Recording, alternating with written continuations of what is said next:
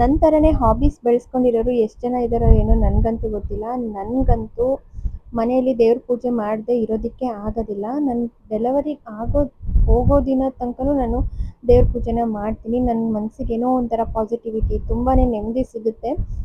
But after delivery ನಮ್ಮ ಕಡೆ ಎಲ್ಲ 3 ಮಂತ್ಸ್ವರೆಗೂ ಪೂಜೆ ಮಾಡೋಂಗಿಲ್ಲ ಅಂತ ಹೇಳ್ತಾರೆ. ನನಗಂತೂ ಸಿಕ್ಕಾಪಟ್ಟೆ ಬೇಜಾರಾಗ್ತಾ ಇತ್ತು. 3 ಮಂತ್ಸ್ ಯಾವಾಗಾಗುತ್ತಪ್ಪ ಅಂತ ಕಾಯ್ತಾ ಇದ್ದೆ. ಈಗ 3 ಮಂತ್ಸ್ ಕಂಪ್ಲೀಟ್ ಆಯಿತು. ಗುರುವಾರನೇ ಸ್ಟಾರ್ಟ್ ಮಾಡಿದ್ದೀನಿ ಪೂಜೆ ಮಾಡ್ಕೊಳ್ಳೋದಕ್ಕೆ. ಬಿಕಾಸ್ ನಾನು ಸಾಯಿಬಾಬಾ ಹಾಗೆ ರಾಘವೇಂದ್ರ ಸ್ವಾಮಿ ಅವರ ಭಕ್ತೆ ಕೂಡ ಹೌದು.